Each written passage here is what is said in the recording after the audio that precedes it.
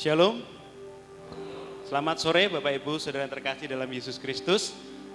Bersyukur sore hari ini kita bersama-sama boleh hadir dalam seminar dan nanti akan dilanjutkan dengan KKR. Dan kita mau sembah Tuhan. Sebelum kita mengikuti seminar, kita tinggikan Dia, kita mohon urapannya, dan kita mau tinggikan Allah kita dengan penuh ucapan syukur. Saya undang bangkit berdiri, kita naikkan pujian yang mengatakan Yesus kami puja, kami sembah sebagai Raja.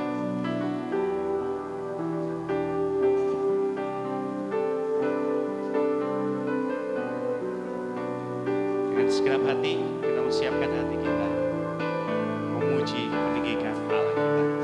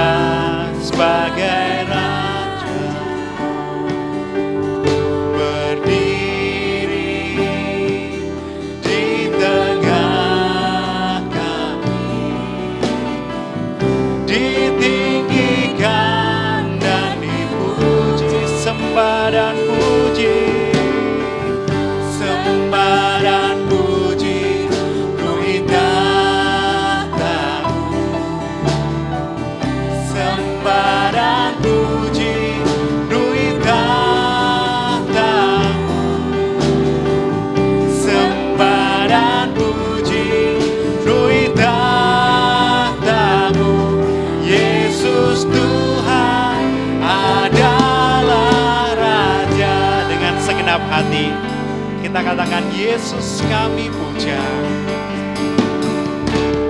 Yesus kami puja, haleluya.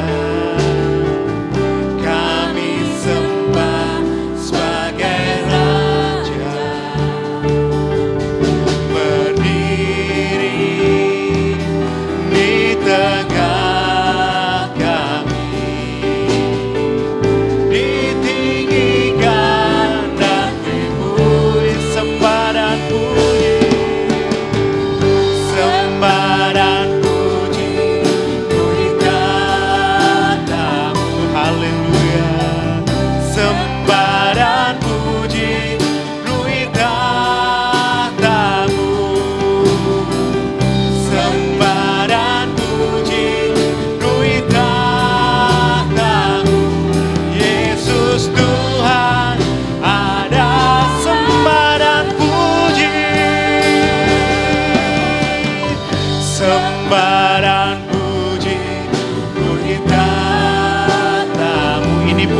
Kami Tuhan, sembah dan puji, ruih tahta-Mu. Sembah dan puji, ruih tahta-Mu. Yesus Tuhan, sekali lagi nyatakan sembah dan puji. Sembah, haleluya, ruih segala puji bagi Allah kita, sembah dan puji, ruih tahta-Mu. Sembah dan puji, ruih tahta-Mu. Yesus Tuhan adalah Raja, Yesus Tuhan, Yesus Tuhan adalah Raja, Yesus Tuhan, Yesus Tuhan adalah Raja. Haleluya Tuhan. Ini pujian kami Tuhan. Hanya Engkaulah Raja kami yang layak kami tinggikan. Hanya Engkaulah yang layak kami agungkan. Kami bersyukur untuk setiap kasih dan anugerah-Mu. Kami bersyukur untuk setiap kebaikan-Mu Tuhan. Terima kasih Tuhan, sore hari ini Tuhan kami mau datang bersama-sama bersekutu, memuji muliakan nama-Mu Tuhan. Dan saat ini kami mau mengikuti seminar Tuhan, biarlah apa yang kami lakukan, mulai pujian penyembahan kami hingga nanti seminar yang kami ikuti, semua berkat anugerah-Mu. Tuhan mimpin kami yang hadir, yang mendengarkan, terlebih hamba-Mu, Ibu Deni akan menyampaikan materi dalam seminar ini, Tuhan berkati. Terima kasih Tuhan, kami serahkan kegiatan kami sore ini dalam tangan kuasa-Mu, biar Roh Kudus yang berotoritas dalam kegiatan kami. Dalam nama Tuhan Yesus kami berdoa dan bersyukur. Amin. Amin. Sekali lagi shalom, selamat sore Bapak Ibu. Yang capek boleh duduk, yang belum capek kita akan naikkan satu pujian yang menyatakan bersama keluargaku melayani Tuhan sebagai pengantar kita untuk mengikuti seminar yang akan disampaikan oleh hambanya Ibu Deni Ratnawati.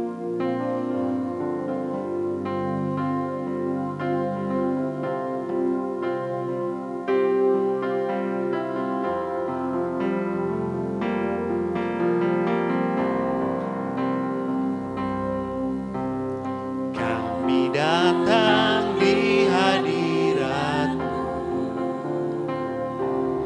dalam satu kasih dengan bersehati, berjanji setia sampai akhir, mengasihi-Mu Tuhan. Kami datang di hadirat-Mu dalam satu kasih dengan bersehati, berjanji setia sampai akhir, mengasihi-Mu Tuhan bersama keluargaku, bersama keluargaku melayani Tuhan, bersatu selamanya mengasihi Engkau. Tiada yang dapat melebihi kasih-Mu ya Tuhan. Bagi kami Engkau segala. Sekali lagi nyatakan, kami datang.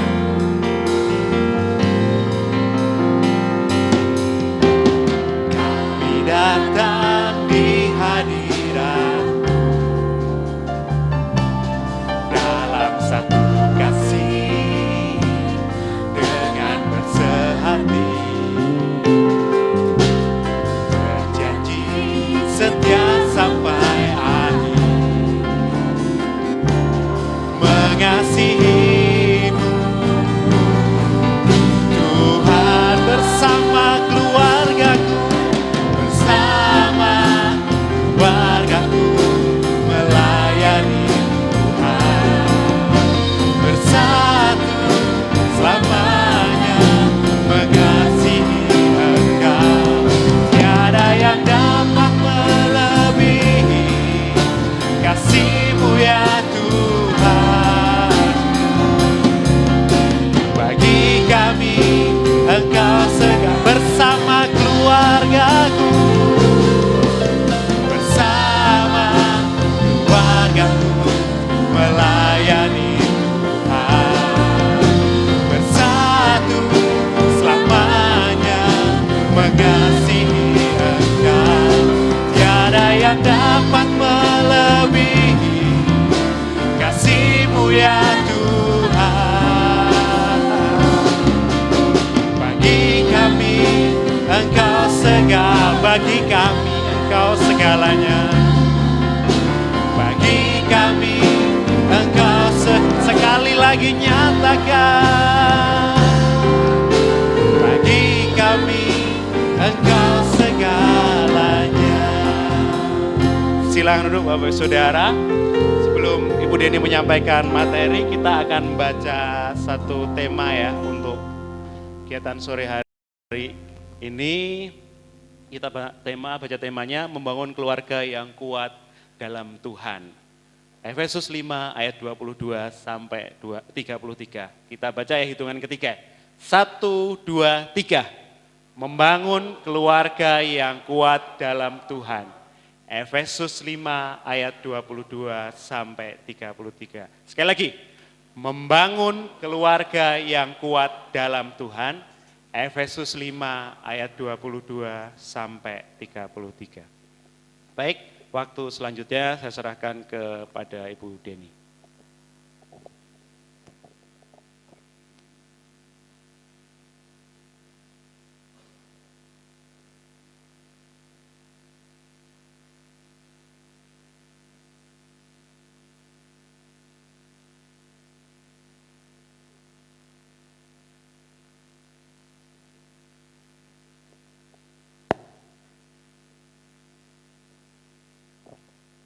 Ya, shalom Bapak Ibu semuanya. Kita berdoa terlebih dahulu ya. Tuhan Yesus, terima kasih, kami bersyukur bahwa sore hari ini kami boleh berkumpul bersama di tempat ini. Kami boleh mengambil waktu Tuhan untuk kami bersama-sama belajar. Bagaimana kami bisa membangun satu keluarga yang kuat di dalam Tuhan. Tuhan, kami berdoa kiranya Tuhan Yesus yang memberkati hamba, sembunyikan hamba dalam salib Kristus, agar apa yang hamba sampaikan semata-mata bukan karena kemampuan hamba, bukan berdasarkan kepandaian pemikiran hamba, tapi semuanya berasal daripada Engkau. Berkati juga Tuhan Yesus setiap jemaat-Mu yang hadir di tempat ini. Engkau yang menolong kami untuk boleh memahami. Biarlah setiap apa yang hamba sampaikan semuanya boleh memberkati jemaat, boleh menjadikan semua jemaat menjadi keluarga-keluarga yang semakin indah di hadapan Tuhan. Terima kasih Tuhan Yesus, waktu ini kami serahkan dalam tangan kuasa Tuhan. Dalam nama Yesus kami berdoa dan mengucap syukur. Haleluya, amin. Ya, selamat sore ibu-ibu semuanya. Sebentar ya, saya cek.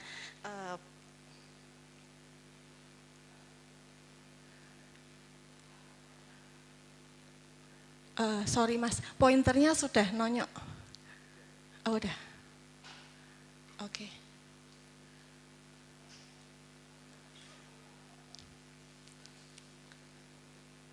Nggak connect ya. Ya nanti saya minta bantuan diklikkan aja ya kalau begitu ya. Ya, mari Bapak Ibu kita akan mendasari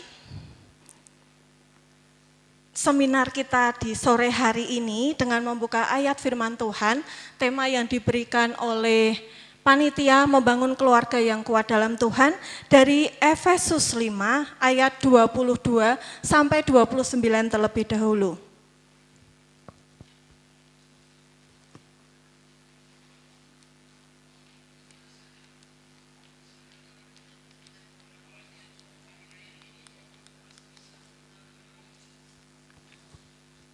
Sudah ketemu ya semuanya ya. Nanti saya minta buat ibu-ibu membaca dari ayat yang ke-22 sampai ke-24. Kemudian bapak-bapak akan membaca ayat 25 sampai ke 29. Terus kita akan membaca bersama-sama di ayat yang ke-33. Sudah siap semuanya? Ibu-ibu terlebih dahulu ya. 1, 2, 3. Hai istri, tunduklah kepada suamimu seperti kepada Tuhan. Karena suami adalah kepala istri, sama seperti Kristus adalah kepala jemaat. Dialah yang menyelamatkan tubuh. Karena itu, sebagaimana jemaat tunduk kepada Kristus, demikian jugalah istri kepada suami dalam segala sesuatu. Monggo Bapak-bapak.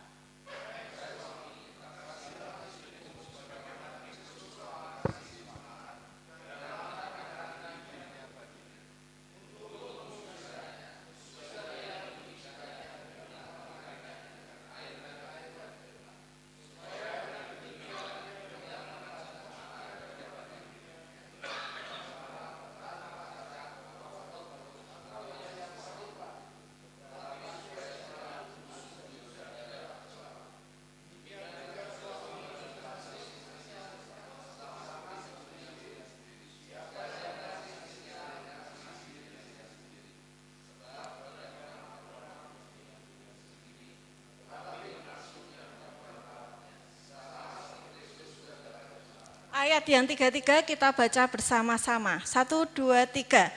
Bagaimanapun juga bagi kamu masing-masing berlaku, kasihilah istrimu seperti dirimu sendiri, dan istri hendaklah menghormati suaminya. Itu tadi ayat firman Tuhannya. Bapak Ibu, saya mau bertanya dulu nih. Kalau saya di bawah gini kelihatan semua enggak ya? Atau saya naik aja ya biar lebih kelihatan?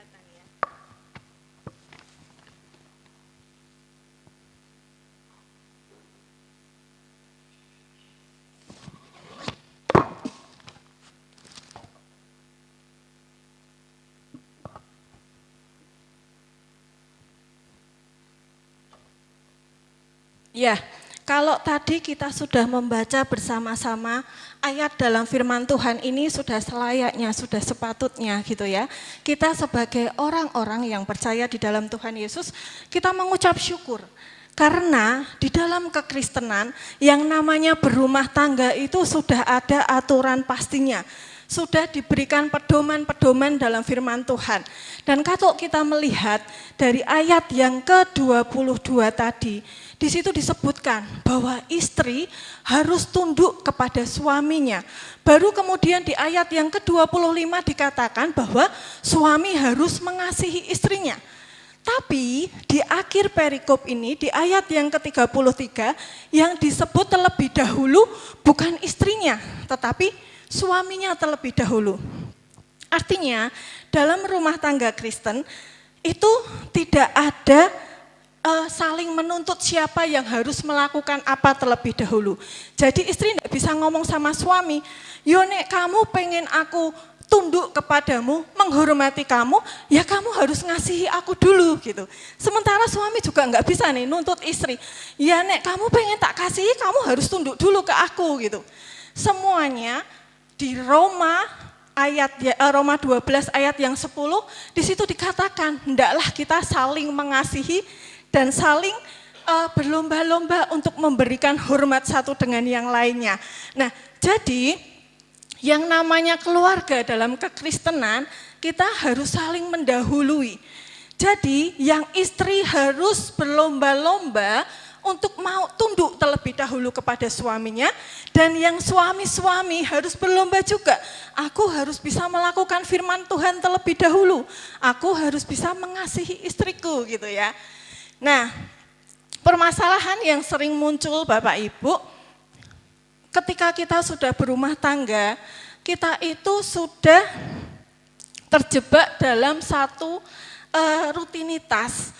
Jadi kalau dulu waktu kita awal-awal menikah gitu ya, masih banyak madu-madunya, itu kita penuh dengan kompromi. Kalau misalnya nih, apalagi masih pacaran gitu ya, pacarnya berbuat yang mungkin kurang berkenan di hati kita, kita masih bisa memahami gitu. Tetapi ketika sudah berumah tangga, bukannya kita bisa memahami, tetapi kita malah jadi tuntutannya yang lebih gitu ya.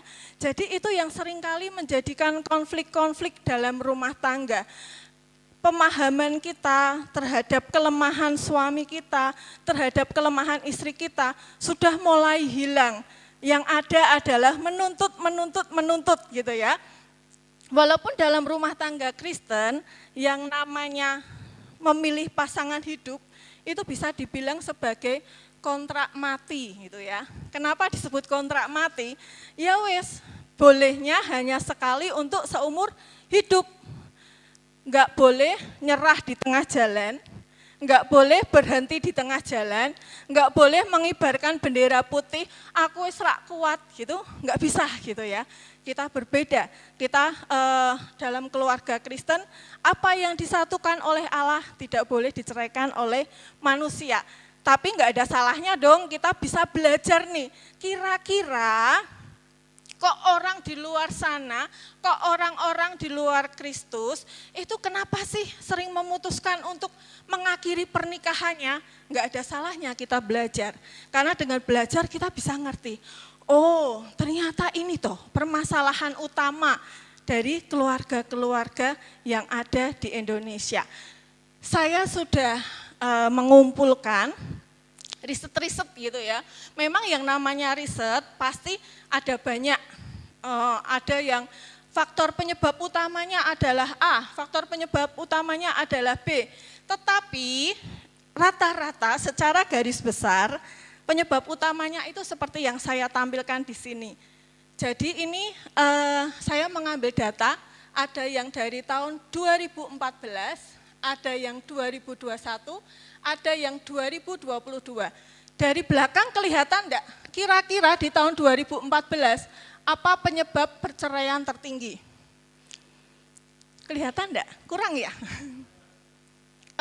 Penyebab tertinggi adalah tidak ada keharmonisan.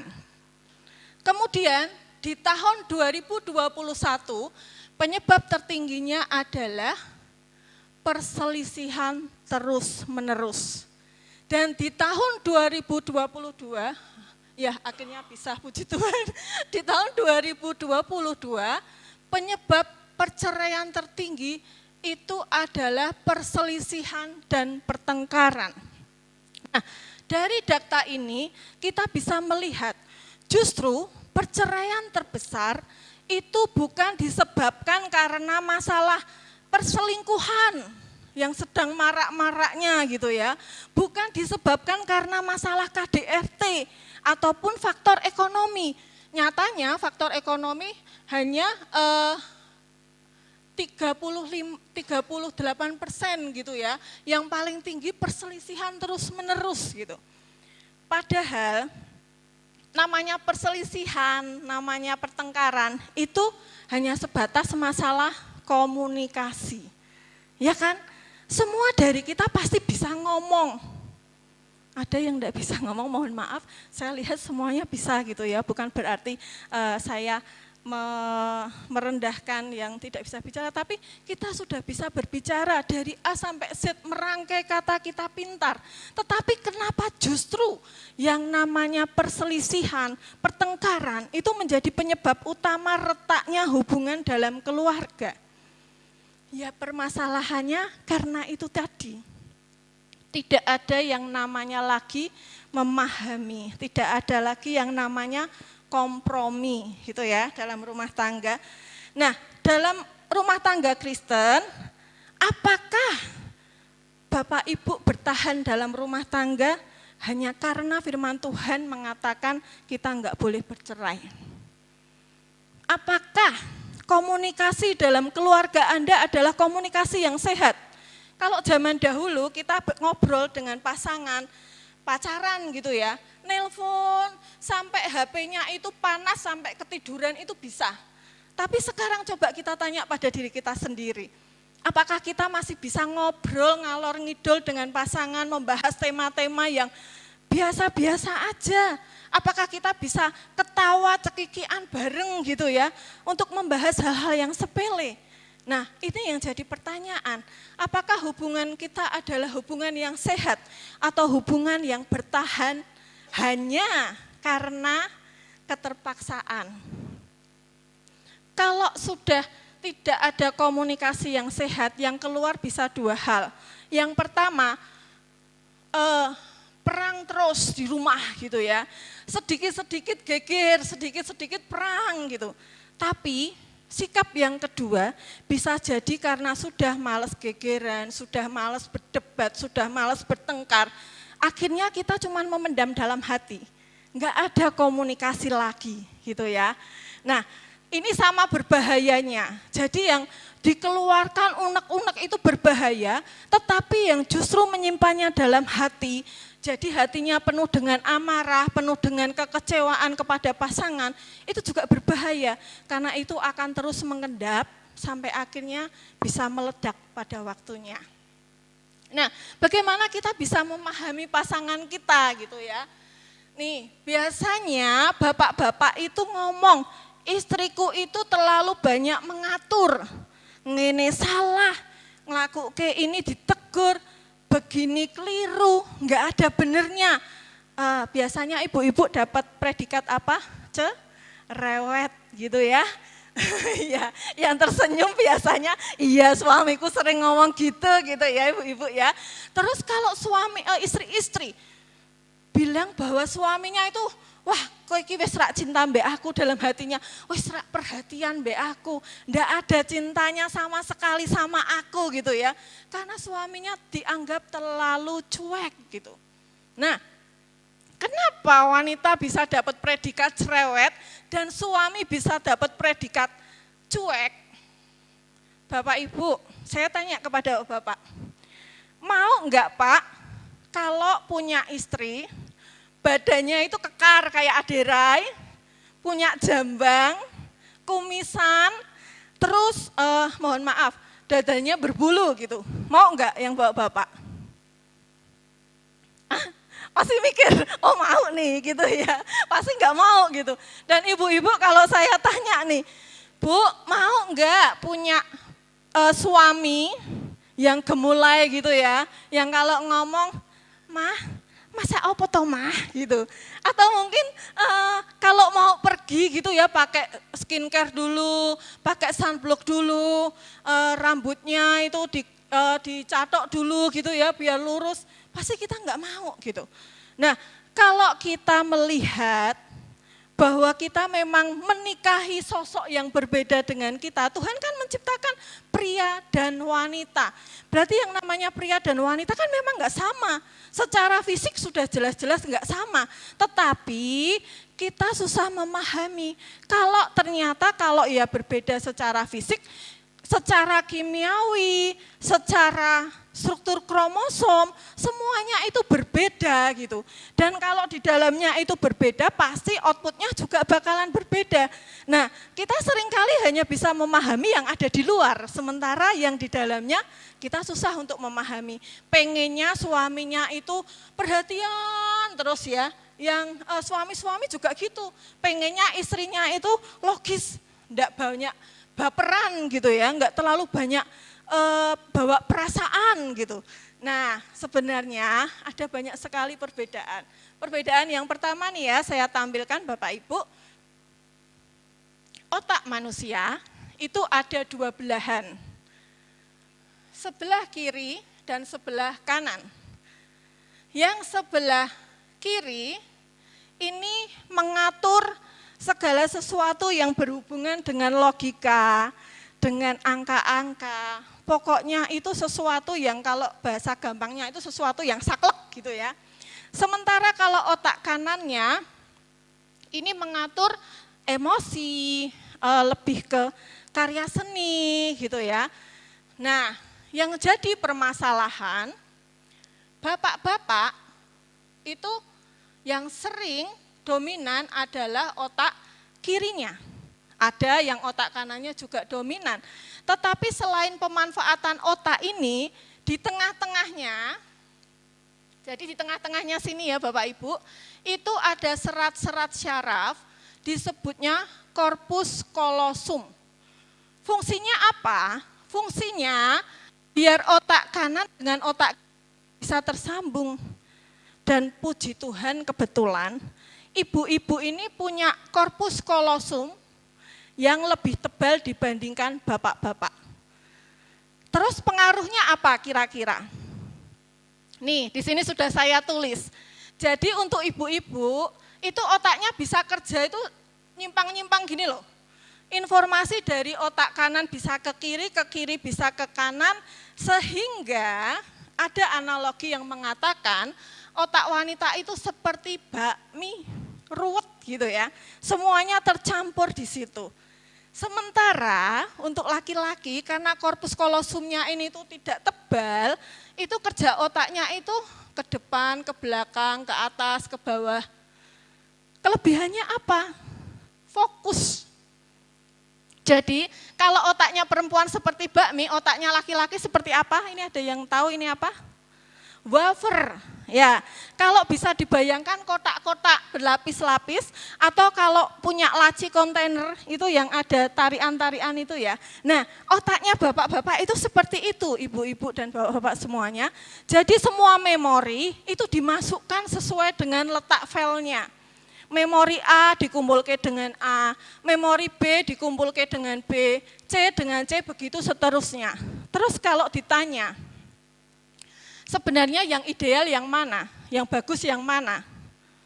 Kira-kira bagus yang ibu-ibu apa bapak? Dua-duanya, karena Tuhan memang menciptakan itu. Kenapa ibu-ibu diciptakan otak yang seperti bakmi, yang bisa kerja sana sini, supaya ibu-ibu bisa melakukan pekerjaan domestik. Pernah enggak lihat ibu-ibu ketika dia goreng tempe, didelengi sampai golden brown, dibalik? Pasti enggak. Ibu-ibu ketika goreng tempe dicemplungke sambil meti bayem, sambil ngirisi wortel, sambil ngurup ke mesin cuci, bahkan kadang sambil nyuapin anaknya, ngelapi meja. Sorry kepencet. Ya. Terus kalau bapak-bapak, ini kenapa diberi otak seperti ini? Karena fungsi utama bapak-bapak adalah mencari nafkah, bekerja. Zaman dahulu, itu kalau mencari makanan untuk keluarganya kan harus berburu, ya kan? Nah, berburu itu perlu fokus, bisa melihat. Di samping itu, di samping otaknya, cara bekerjanya tadi, matanya itu juga berbeda gitu ya. Penglihatannya itu juga berbeda gitu. Kalau bapak-bapak itu lebih menyempit, tapi fokus ke depan. Kalau ibu-ibu itu melebar. Nah, jadi Bapak Ibu, ini tadi kan sudah kelebihannya sudah tak sampaikan ya, terus kelemahannya apa yang perlu dipahami? Pak, ya mohon maklum ya Pak, kalau ibu-ibunya belanja, menghabiskan waktu berjam-jam ora entok-entok barang, ya itu karena ini. Kalau bapak-bapak belanja, dari melihat warna, itu coba ibu-ibu itu melihat warna merah itu macam-macam. Ada merah cabai, ada merah marun, ada merah bata, merah apa lagi? Banyak ya pokoknya ya, merah hati gitu. Sementara bapak-bapak itu melihat merah ya wis merah gitu. Ijo juga macam-macam. Lah, kalau bapak-bapak itu pengen berbelanja, misalnya dari rumah, aku pengen beli sepatu putih gitu. Oke Pak, kita berangkat gitu ya. Masuk ke toko sepatu, begitu ngelihat warna putih, diambil, dilihat harganya, wah diskon, cocok gitu ya. Terus tanya Mbak, sizeku 42, ada enggak? Gitu dicariin, ada. Terus dicoba, kok enak, nyaman, akhirnya ke kasir bayar. Ditanyai sama istri nih, Pak, enggak lihat yang lain dulu Pak? Enggak, aku sudah suka ini. Gitu enggak biasanya kalau bapak-bapak belanja. Tapi kalau ibu-ibu, jangan tanya ya, karena matanya melebar, ketika masuk ke toko, dia sudah bisa melihat nih semuanya. Niat dari rumah tadi pengen beli sepatu yang sama misalnya ya dengan bapaknya warna apa? Putih. Tapi bakminya ini ruwet bapak. Dia itu batin, apike putih tulang, opo putih sing putih banget, opo putih apa lagi sih yang ada itu, lese apike sing apa ya, sing coklat, opo sing merah yang ngejreng gitu. Terus belum lagi modele, apik sing feminim, opo sing sporty ya. Terus karena bingung, nyoba nih, suaminya dipanggil, Pah sini Pah. Api endi Pah gitu kan biasanya kan, bagus mana Pah gitu ya. Terus suaminya supaya cepet nih, wah bojoku ki suwi nek blonjo gitu ya. Terus biar cepet biasanya ngomong apa? Podo apike. Ini saya peringatkan bapak-bapak ya, jangan sampai jawab podo apike. Niatnya bapak-bapak biar apa? Ben cepet balik toh. Tapi di pikiran ibu-ibu, bojoku ki ora ngai pendapat tenanan. Cuman kan cepet balik, malah saya suwi, karena otaknya dia makin mikir, sing endi sing apik, bingung gitu ya. Berikan masukan, menurut bapak bagus yang mana, tapi hindari juga ngomong, Mah kayak apik sing sini deh Mah, itu enggak sesuai mbak bentuk kakimu. Itu malah semakin jelek gitu lagi ya, nanti nyari lagi nih, kira-kira sing sesuai mbak sikilku sing endi gitu. Nah, itu, terus ngomongnya gimana Mbak supaya pas gitu. Yang ngomong aja, Mah kayaknya menurutku toh Mah, ini lebih cocok deh. Kamu jadi kelihatan lebih jenjang. Ambil sisi positifnya. Itu aja nek kita sudah ngasih pendapat, belum tentu dipilih. Lihat lainnya dulu gitu ya, ibu-ibu biasanya gitu. Semua dicoba nih toko dijajali kabeh. Terus akhirnya yang dibeli yang pertama kali dilihat tadi. Ya, itu sedikit yang kita bisa pelajari gitu ya, dari faktor-faktor yang berbeda ini. banyak lagi. Contohnya, itu tak kasih, saya beri sedikit aja karena masih banyak beda-beda yang lainnya gitu ya. Nah, terus berbicara. Kenapa perempuan itu bisa banyak bicara?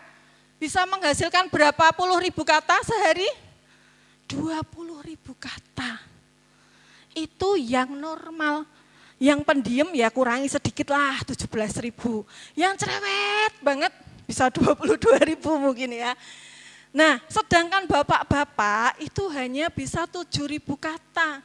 Itu yang normal. Yang pendiam menengan mungkin cuma 5.000 kata. Kenapa? Itu. Apa salah ibu-ibu? Ternyata bapak ibu memang ada perbedaan di otaknya wanita dan pria. Kalau untuk yang mengatur bahasa, ibu-ibu itu ada di otak kanan dan kiri. Coba diperhatikan yang putih-putih ini. Sebanyak itu. Jadi wajar kalau ibu-ibu itu lebih pandai merangkai kata gitu ya.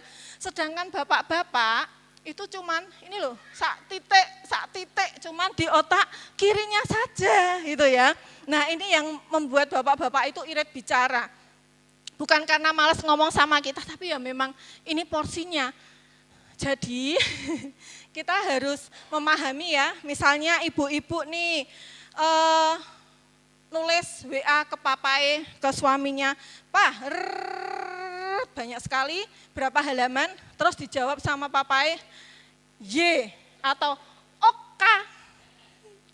Seringkali kita baper gitu ya, aduh bojoku kita tak WA kayak koyok ngene iki diwaca apa ora, jawabannya cuman Oka gitu. Ya memang seperti itu. Jangan kita berharap yang memang bukan porsinya bapak-bapak. Nanti kita stres sendiri, dikira ndak care, dikira ndak sayang. Padahal ya cuman karena ini. Terus buat bapak-bapak, ya Pak, demi istrinya belajar sedikit. Jangan oka aja. Bisa dijawab misalnya, siap mama, siap sayang gitu. Pasti isinya walaupun sama-sama oka sayang, oka mama, oke mami gitu kan. Jadi oh iya gitu. Jadi ada perasaan yang berbeda gitu ya. Terus apalagi nih yang berbeda? Saat menghadapi masalah. Saat menghadapi masalah, laki-laki itu biasanya, saya bahas yang perempuan dulu aja deh ya karena saya perempuan. Perempuan itu seperti gramofon. Bapak Ibu tahu gramofon? Pemutar musik yang ada corongnya, piringannya diputar terus ini mengeluarkan suara. Nah, kenapa perempuan ketika menghadapi masalah itu diumpamakan seperti gramofon? Karena ketika wanita menghadapi masalah yang dibutuhkan oleh dirinya adalah mengutarakannya, mengeluarkannya, menceritakannya. Jadi kalau bapak-bapak istrinya curhat, itu berarti Anda dipandang orang yang paling dekat dengannya, di mana dia ingin berbagi. Jadi kalau istrinya lagi curhat, lagi mengutarakan masalahnya, unek-uneknya, mungkin habis diserii dengan pas belanja bareng ada ibu-ibu yang ngomentari kurang enak, hatinya terluka, terus curhat sama papaye gitu ya, sama suaminya. Tatap matanya, jangan disambil main handphone gitu yang ngrungokkene gitu ya. Tatap matanya, kalau bisa berikan sentuhan-sentuhan ringan, misalnya ditepuk pundake apa ya gitu ya. Didengarkan dengan seksama dan stop. Jangan sampai memberikan kritikan atau masukan. Kenapa? Karena yang dibutuhkan oleh seorang istri ketika dia mengalami masalah itu bukan solusi, tetapi cuman mencurahkan isi hatinya. Lah terus nek kira-kira kayak bojoku tuh perlu tak koreksi nih. Jangan saat itu. Itu nanti tidak menjadikan kebaikan, malah justru bisa jadi bumerang gitu. Boleh dikoreksi, tapi bukan saat dia sedang seperti ini. Yang dia butuhkan adalah dukungan, yang dia butuhkan mengutarakan isi hatinya. Jadi perempuan itu dianalogikan itu seperti gelombang. Yang namanya gelombang itu kan dia bisa naik tinggi, tapi saat dia juga bisa terjun jadi surut. Nah, pada saat-saat mengalami masalah, perempuan ini sedang surut. Ketika kita memberikan masukan, kritikan ketika dia sedang surut, itu semakin amblek. Nanti naiknya itu susah. Tetapi tahan, gitu ya. Tahan supaya gelombang ini tidak semakin susut, gitu ya. Nah, caranya seperti itu. Dengarkan, berikan dia dukungan gitu ya. Nanti ketika gelombangnya ini sudah naik, Anda bisa membicarakannya, memberikannya masukan. Tapi bukan saat gelombangnya dia sedang turun. Itu kalau ibu-ibu. Kalau bapak-bapak itu seperti apa? Kalau bapak-bapak itu seperti goa. Maksudnya goa apa? Bapak-bapak ketika mengalami masalah, maka dia akan mengambil waktu untuk menyendiri. Kenapa? Karena laki-laki ingin menunjukkan bahwa dirinya bisa, bahwa dirinya mampu. Makanya dia akan mengambil waktu supaya laki-laki itu kalau ada masalah kan cenderung pikirannya ruwet, emosinya gampang naik. Dia tidak ingin menyakiti, melukai orang-orang yang dia kasihi, makanya dia menarik diri, mengambil waktu untuk masuk ke goanya. Nah, ibu-ibu melihat suaminya ada masalah, karakternya keluar. Aku nek ono masalah biasanya aku kudu cerita. Bojone dioyak gitu ya. Pah, nopo to pah? Ono masalah apa to pah gitu. Suaminya sudah bilang, "Ndak apa-apa mah, wis tak selesaikan sendiri." Kita serik atine. Wong ditanyai baik-baik kok meh dibantuin kok malah jawabannya kayak gitu. Nah, ini sering kali yang menjadikan konflik gitu ya. Ketika misalnya suami saya tiba-tiba mendapatkan WA dari kampus gitu, langsung raut wajahnya berubah, bapak kan kelihatan banget ya kalau lagi ada masalah langsung raut wajahnya jadi serius, buka laptop, ketika saya datangi, "Napa topi?" gitu, terus, "Dah mami sana aja, tak nyelesain ini dulu." Bisa ndak saya serik? Bisa banget kalau sebagai wanita gitu ya, piye to wong di carry, wong diperhatike sama istrinya kok malah jawabnya seperti itu. Tetapi ketika kita sudah paham, memang caranya laki-laki menyelesaikan masalah seperti itu, ya kita enjoy aja. Oh ya, bapak-bapak kalau ngomong, enggak apa-apa mah, aku bisa mengatasinya. Itu artinya benar-benar dia bisa mengatasinya. Jadi jangan samakan dengan kita ibu-ibu. Kalau kita ditanya, ada masalah apa toh mah kok kamu cemberut? Enggak apa-apa. Terus bapaknya, oh ya wis, ibunya ngamuk. Gitu ya, kok ora diperhatike gitu. Lah salahnya ngomong ora ono masalah opo-opo gitu ya. Nah, jadi bedakan. Ibu-ibu dan bapak-bapak memang berbeda gitu ya. Ini tadi caranya. Kemudian dari semua perbedaan itu sebenarnya banyak sekali perbedaan. Ini baru ke struktur otak ya. Jadi kalau kita ngomongkan kepribadian dan lain sebagainya itu semakin banyak lagi ada temperamen itu semakin banyak lagi gitu. Tapi sepertinya ini sudah bisa mewakili gitu ya. Bagaimana kita mengatasinya? Oh ya, ada sedikit yang ketinggalan ya. Tadi kenapa bapak-bapak ini perlu menyendiri? Karena otaknya tadi kan memang seperti laci-laci. Jadi ketika ada masalah bapak-bapak ini perlu mengkelompok-kelompokkan gitu ya, klasifikasikan. Kira-kira masalahnya ini diurai dulu, mana yang harus diselesaikan terlebih dahulu, dia harus membuka laci yang mana, sehingga dia perlu fokus, perlu konsentrasi gitu ya. Dan itu juga, fokus itu juga yang membuat ketika bapak-bapak dipanggil ibu-ibu, ketika sudah konsen terhadap sesuatu, lagi baca koran, lagi nonton TV, lagi lihat WA, lagi ngerjain tugas, dipanggil sama istrinya, enggak dengar. Karena ketika dia fokus, fungsi yang lainnya menurun, pendengarannya menurun. Jadi bapak-bapak kadang komplain, istriku itu kok nek ngomong sama aku enggak bisa halus ya, nek ngomong itu kok teriak-teriak sambil melotot gitu ya. Bapak-bapak, kemungkinan saat istri Anda berteriak dan melotot, itu sudah panggilan keempat atau kelima. Sebenarnya panggilan pertamanya itu penuh cinta. "Pak," gitu. "Papa," lah enggak dengar, "Pak," itu sambil melotot lah. Suaminya baru nengok di panggilan yang ketiga. Jadi ngerti nih, istrine ki nek manggil, nek ngomong kok teriak-teriak gitu ya, padahal itu sudah kesekian kalinya, jadi harap dimaklumi ya. Kemudian bagaimana kita bisa mengatasinya? Di Kolose 3 ayat 14 sampai 15, di situ dikatakan, dan di atas semuanya itu kenakanlah kasih sebagai pengikat yang mempersatukan dan menyempurnakan. Jadi yang bisa membuat kita memahami itu semua adalah kasih. Kita diikat, disatukan, disempurnakan. Hendaklah damai sejahtera Kristus memerintah dalam hatimu, karena untuk itulah kamu telah dipanggil menjadi satu tubuh dan bersyukurlah. Gitu ya. Jadi ketika kita bisa hidup dengan rukun dengan suami kita, maka kita sudah merasakan surga di bumi ini. Jadilah kehendakmu di bumi seperti di surga. Tapi ketika sebaliknya banyak percecokan, banyak amarah, banyak memendam kemarahan-kemarahan, yang ada kita sudah merasakan neraka sebelum kita dipanggil oleh Tuhan. Kalau masalah beda ya beda, karena dari otaknya tadi kan kita sudah belajar bersama-sama, memang strukturnya berbeda. Apalagi ketika kita menikah dengan istri atau suami kita menikah usia berapa? Katakanlah usia 25 dan 27.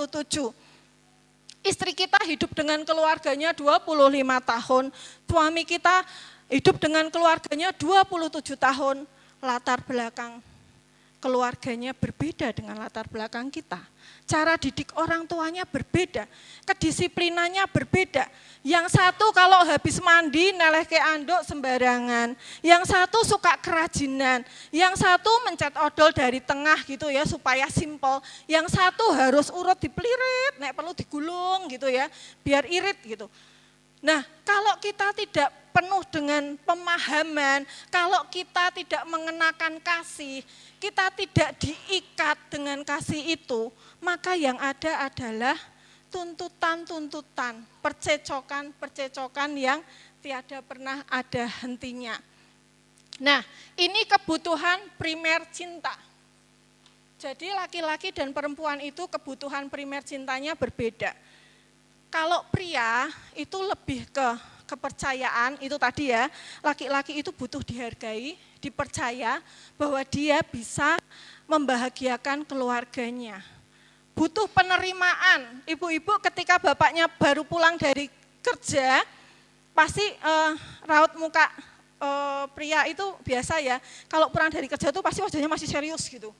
Nah, jangan kita menanggapinya balik kerja merengut gitu ya. Tetapi tinggalkan semua yang sedang kita lakukan, lagi nonton drakor enak-enak gitu ya, suaminya pulang mobilnya dengan ya sudah tinggal dulu, happy gitu ya, atau hepa gitu.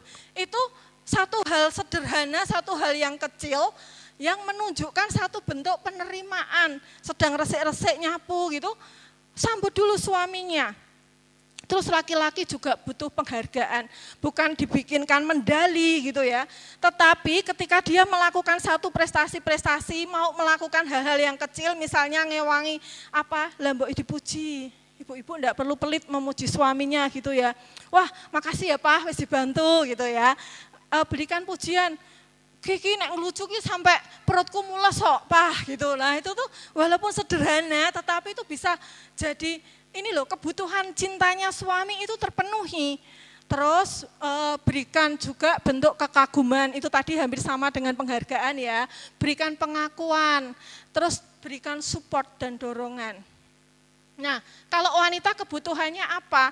Namanya wanita ya, pasti kebutuhannya itu pengen diperhatikan, dimengerti, dihormati. Dihormati di sini dalam arti ketika dia sedang gusar dengan seseorang, bela dia, itu dia akan merasa dihargai gitu ya. Terus kesetiaan, perlakukan dia seperti saat pertama bertemu gitu ya. Jangan dulunya itu suaminya mesra, terus sekarang jadi cuek bebek gitu ya. Terus mereka juga butuh pembenaran, ini sama dengan kayak yang ini tadi ya kebutuhannya.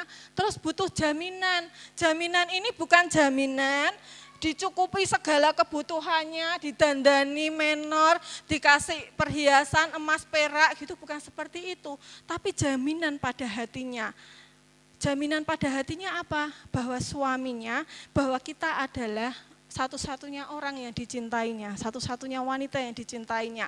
Hal sepele yang bisa kita lakukan untuk memberikan jaminan kepada wanita, saat kita terlambat pulang, WA istri Anda, katakan, "Mah, pekerjaanku belum selesai, aku pulang telat." Ini memberikan jaminan buat wanita, ketentraman buat wanita. Daripada istri Anda mikir sing ora-ora, lebih baik ini loh, beritahu jika mau pulang terlambat gitu ya. Terus selain itu ada yang namanya bahasa cinta. Seorang penulis dari Amerika dan dia juga seorang konselor, Dr. Gary Chapman, ini dia merumuskan dalam suatu hubungan itu ada 5 bahasa cinta. Nah, semua orang sebenarnya membutuhkan bahasa cinta ini. Bahasa cinta itu apa toh? Bahasa cinta itu adalah coro-corone handphone, itu tuh kita butuh charger. Bahasa cinta itu apa yang bisa membuat kebutuhan akan dicintainya itu melesat naik gitu ya. Jadi ada yang normal, ada yang lambat, dan juga ada yang bisa bikin cepat gitu lah. Bahasa cinta ini yang bikin cepat. Sebenarnya semua orang itu butuh kelima-limanya. Yang pertama itu adalah perkataan positif. Kita perlu memahami bahasa cinta. Kenapa? Karena bisa jadi nih pasangan suami istri itu tidak harmonis bukan karena saling tidak memberi cinta atau tidak saling menerima cinta, tetapi bisa jadi bahasa cinta yang disampaikannya itu keliru. Jadi misalnya sang suami merasa bahwa dia sudah memberikan banyak cinta, sementara istrinya merasa, mana aku tidak pernah menerimanya. Jangan-jangan bukan karena suaminya cuek, tetapi karena yang diberikan bahasa cintanya itu berbeda dengan yang dibutuhkan oleh pasangannya. Bahasa cinta yang pertama adalah perkataan positif.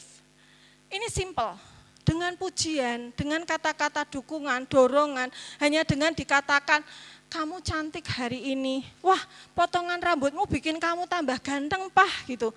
"Wah kamu kok sekarang kok tambah glowing mah," gitu ya. Atau "Pah," pujian-pujian seperti itu bisa membuat galon atau tabung cintanya pasangan kita itu melesat gitu ya. Simple kan?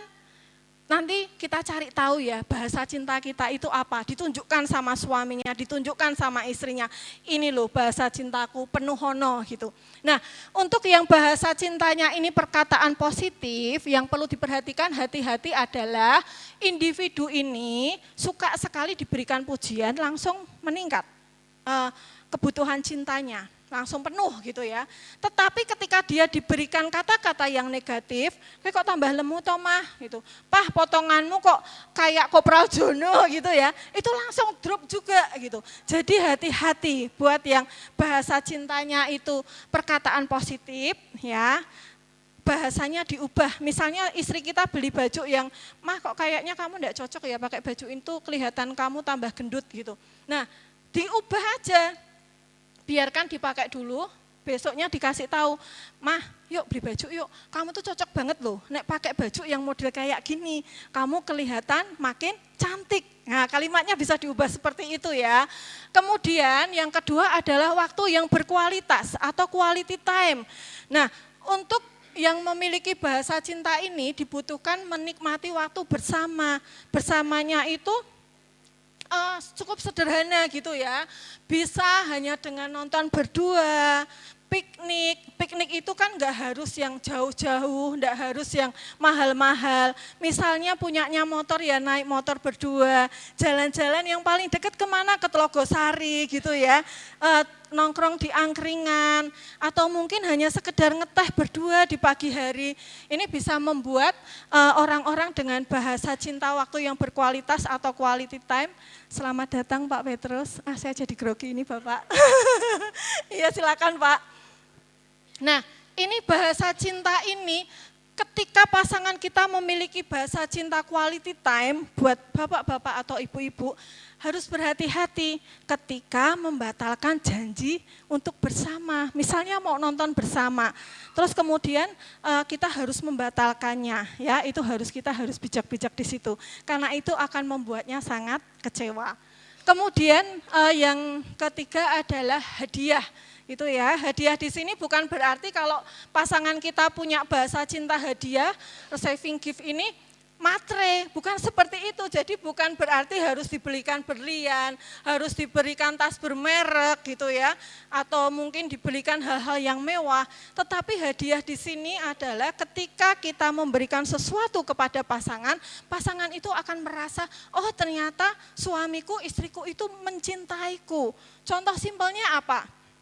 Misalnya nih ibu-ibunya lagi ke pasar gitu ya Bu, belanja terus ngelihat ada onde-onde nih kesukaan suamiku dibelikan gitu. Terus bawa pulang nih Pak, kesukaanmu onde-onde. Nah ini untuk pasangan yang memiliki bahasa cinta ini akan meluap, akan terpenuhi kebutuhan akan cintanya. Kalau yang ibu-ibu ya misalnya bapaknya lagi dinas keluar kota, terus dibawain makanan kesukaannya. Dari hal yang simpel lah, nggak perlu ya kalau siapa sih yang nggak suka dibelikan emas berlian, ada yang nggak suka, pasti semuanya suka ya. Tapi nggak melulu seperti itu, nanti yang ada bukannya kebutuhan cintanya terpenuhi, tetapi ekonominya yang merosot gitu ya. Kemudian tindakan melayani. Untuk yang punya kebutuhan cinta tindakan melayani ini pasangan akan senang ketika dibantu. Jadi kalau misalnya ibu-ibunya lagi masak di dapur, bapak-bapaknya bisa nyamperin, dibantulah, dicuciin sayurannya, atau bapak-bapak lagi nyuci mobil sendiri di rumah, Pak tak bantuin ya, disemprot ke gitu. Nah ini bantuan-bantuan, tindakan-tindakan nyata, itu lebih mengena untuk yang punya bahasa cinta ini. Dibandingkan diomongi, itu tadi mah kamu cantik gitu ya, mereka butuhnya bukan itu, tapi lebih ke tindakan nyata. Kemudian yang terakhir adalah sentuhan fisik.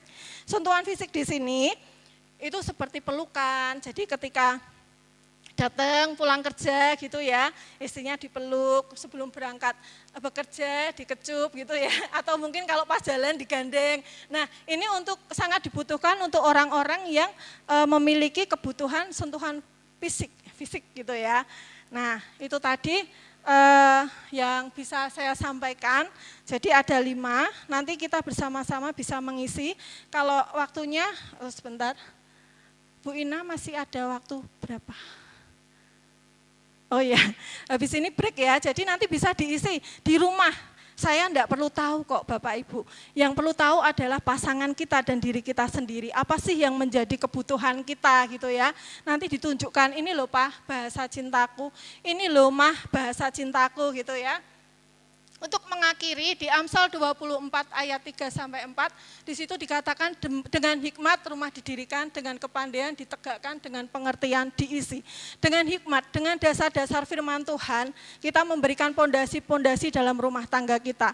Dengan kepandaian kita dikaruniai untuk kita bisa mencari nafkah, buat istri-istri untuk bisa melakukan bagian-bagiannya, supaya rumah tangga kita itu enggak nggoling, tetap tegak gitu ya. Dan dengan pengertian, kita ngerti bahwa kita berbeda dengan pasangan kita. Kita tidak harus saling menuntut, tetapi bagaimana kita bisa saling memberi, saling memahami. Itu kita bisa mengisi rumah tangga kita dengan cinta kasih gitu ya.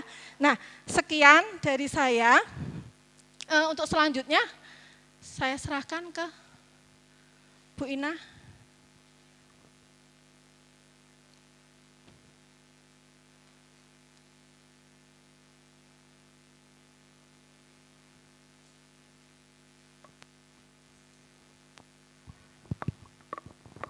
Ya, terima kasih untuk Bu Deni yang sudah menyampaikan firman Tuhan dan materi.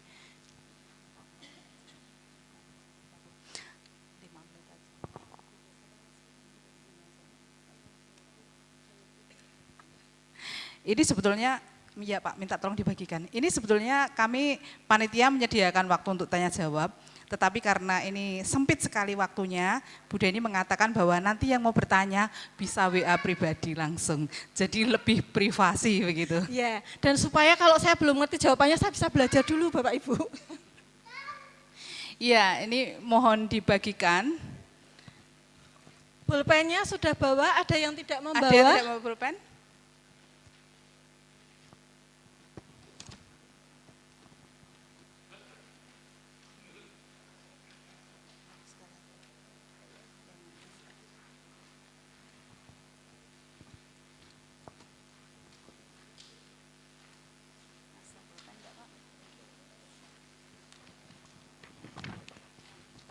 Ya, sambil menunggu dibagikan untuk menyingkat waktu, saya akan memberikan penjelasan ya kepada Bapak Ibu.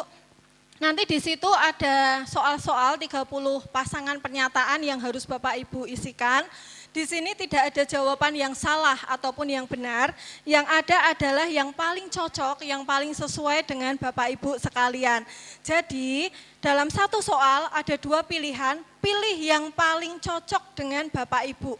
Misalnya dua-duanya kok cocok semua, ya pilih yang paling gitu ya. Atau dua-duanya kok enggak cocok semua, ya pilih yang paling mendekati cocoknya gitu.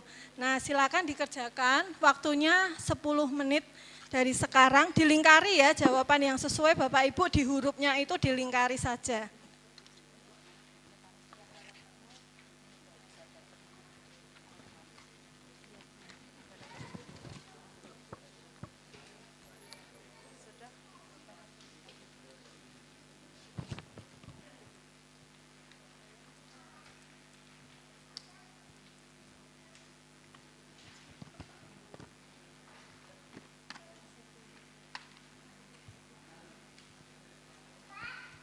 Masih ada yang butuh alat tulis, bisa angkat tangannya biar diberikan oleh panitia. Bu Ana, Bu Ina.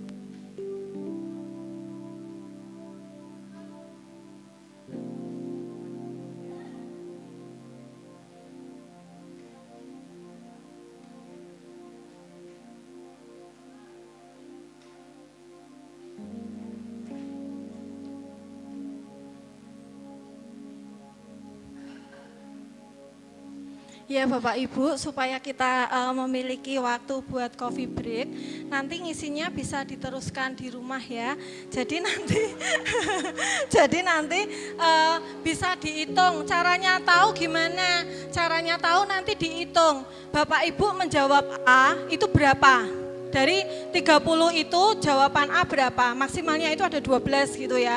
Terus yang milih B itu ada berapa? Yang milih C ada berapa? Yang milih D itu ada berapa? Yang E berapa? Dihitung sendiri-sendiri.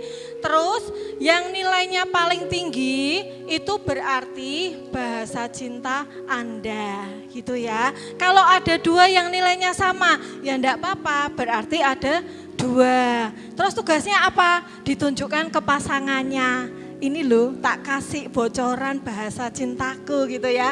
Biar nanti ketika pasangannya memberikan itu tuh nggak keliru gitu, satu server gitu ya. Ya sudah kita akhiri, kita mau coffee break dulu ya. Itu boleh disimpan, nanti ballpointnya bisa dikembalikan ke Bu Ina karena di rumah pasti punya ballpoint sendiri. Silakan berdoa untuk doa makan.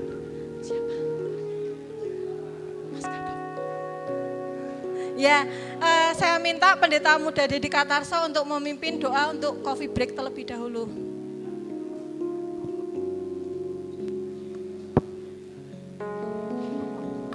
Bapak Ibu semua diberkati. oleh materi yang disampaikan oleh Bu Deni.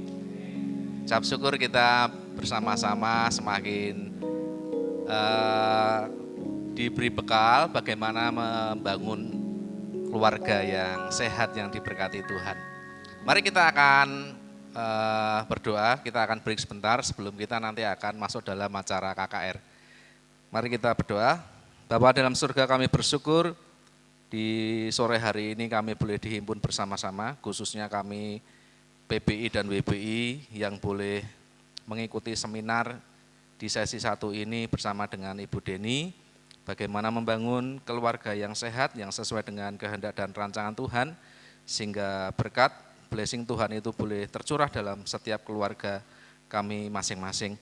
Terima kasih untuk materinya Tuhan, dan terlebih Engkau juga memberkati Ibu Deni Ranawati, dipakai menjadi alat-Mu Tuhan, untuk kemuliaan-Mu dimanapun anak-Mu ini berada. Dan sebentar kami akan beristirahat, kami akan cafe break. Kau berkati untuk setiap makanan, minuman yang disediakan, biar menjadi kekuatan kesehatan kami. Terlebih kami boleh mempersiapkan diri untuk mengikuti KKR yang akan dilaksanakan pukul 5 sore nanti. Terima kasih Tuhan, terpuji nama-Mu, dalam nama Tuhan Yesus kami berdoa dan ucap syukur. Amin.